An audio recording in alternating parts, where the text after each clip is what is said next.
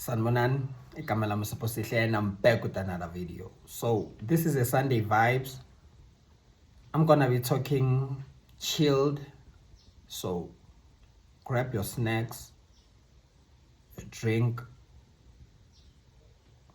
I have my drink, which is water. So let's talk about how the Afrikaners that are going to the United States and those in social media who are pushing this bad narrative about 148 racial laws that they don't know. Let's talk about how they are showing to the world a bad sign of communication with the natives, which is the blacks. They are also natives now. I mean, I call them natives now because of, you know, they've built with us a lot, even through pain, but they are missing the chance to solidify their presence here without you know, the history of being called settlers or being called colonizers would have been scrapped in South Africa. If you ask me how, if the white South Africans would realize that every single one of you, your forefathers, every single one of you contributed to the apartheid regime. And one will ask me how. Even some blacks contributed.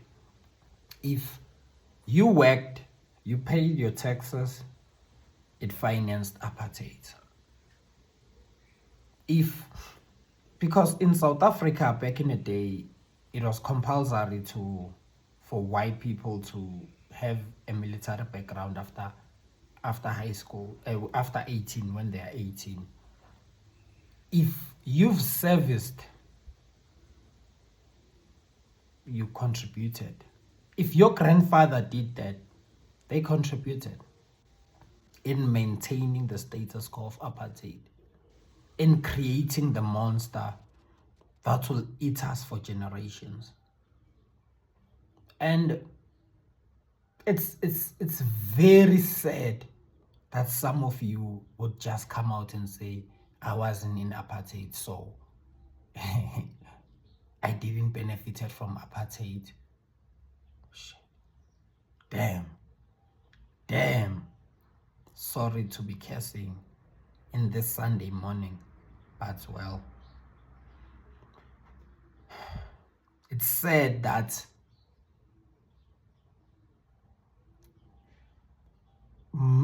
I wasn't there in apartheid. I wasn't there. But you know the stain of apartheid. Growing up in formal settlements, growing up around the criminals that you come with guns to take, growing up next to them.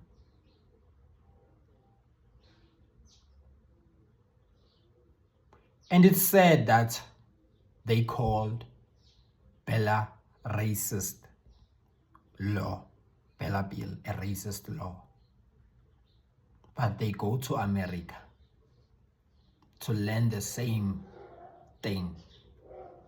I don't think they will be learning in Afrikaans. But it's okay. But let me tell you why it is important. It's still valid, the importance of white Afrikaners contributing to the equality of the black people, contributing to this country That's the black that were disenfranchised by the system. You know, they get their free, they not their free, they get their card. They get their opportunity. They get, you know, if you know that this certain portion was deliberately left out of economy and many position in the country so they can experience deliberately. So we should deliberately reverse that.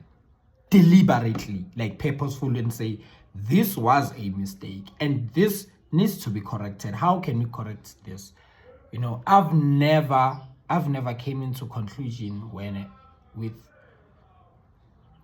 some Afrikaners into implementing ways that can deliberately, you know, just directly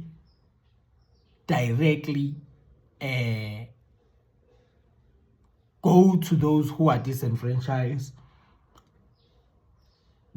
What's this? Okay, sorry for that. Deliberately, you know, create systems. You think I think after 94,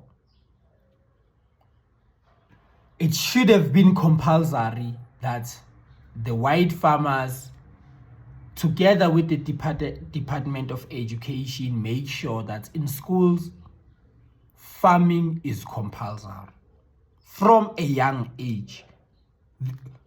Even now, they haven't done a thing about that. This is not just Department of Education's role in the South Africa that says we need to build. We together need to build. I think it should have been intentional that the only way that white people could preserve their power was to include black people, to preserve their culture, because of, you know, when we are equal financially, we are equal morally, and in places, if my son comes from a good background and we teach my son morals, your son also comes from a good, there's no way there'll be racial stuff between us. That's what I can tell.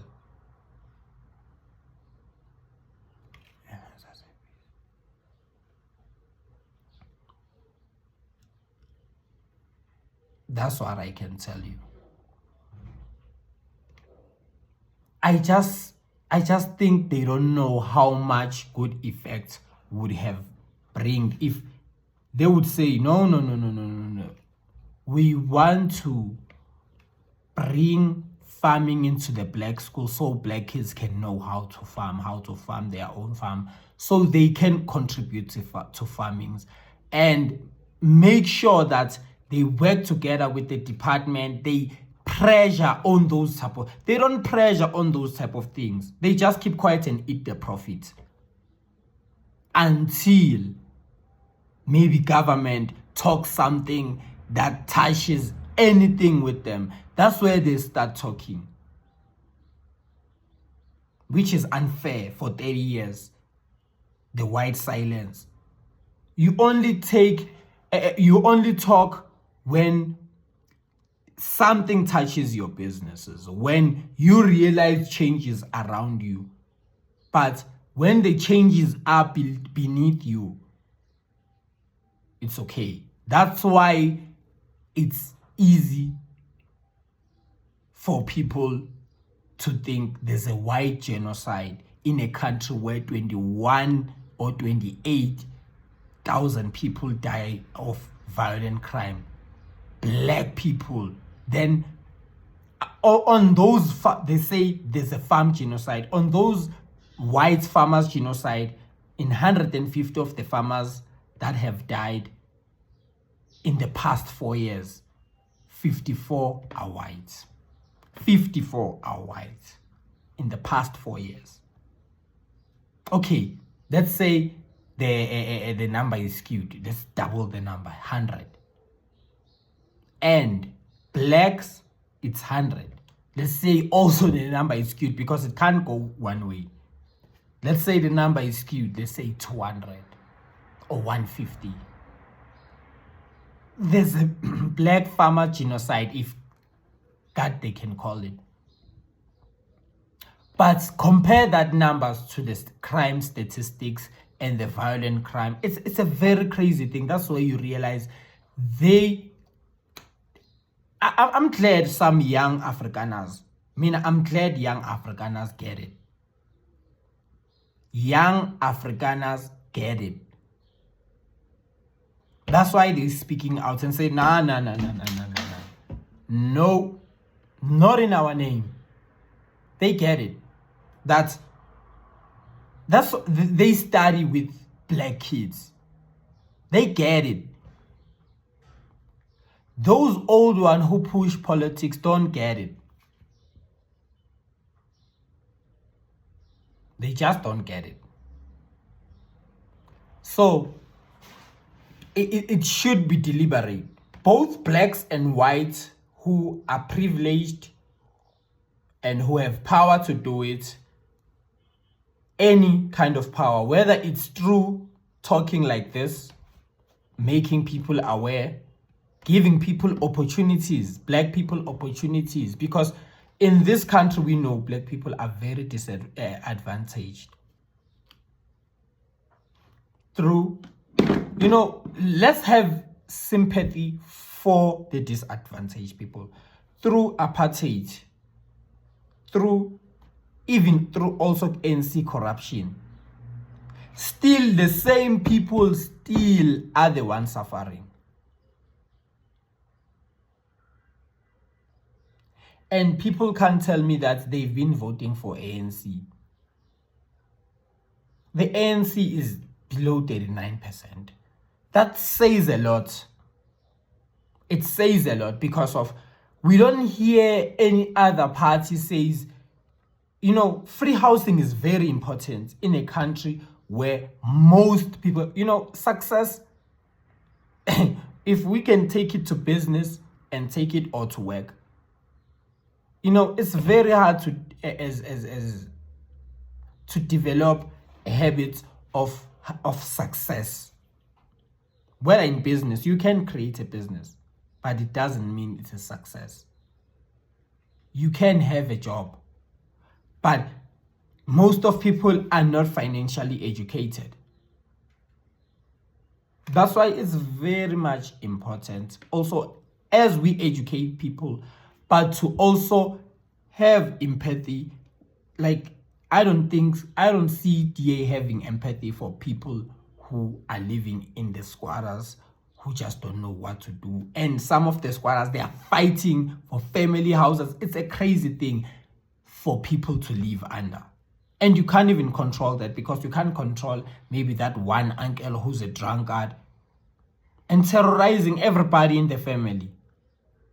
You can't control that. But if there's a space between, so those who have potential can scale up their potential. Those who don't have potential at all, we can see what we do with them. But that's another topic we need to have. Because the real reason that we can build in this country is when Afrikaners deliberately act towards the empowerment of the black man, then you'll see the transformation. I'm done.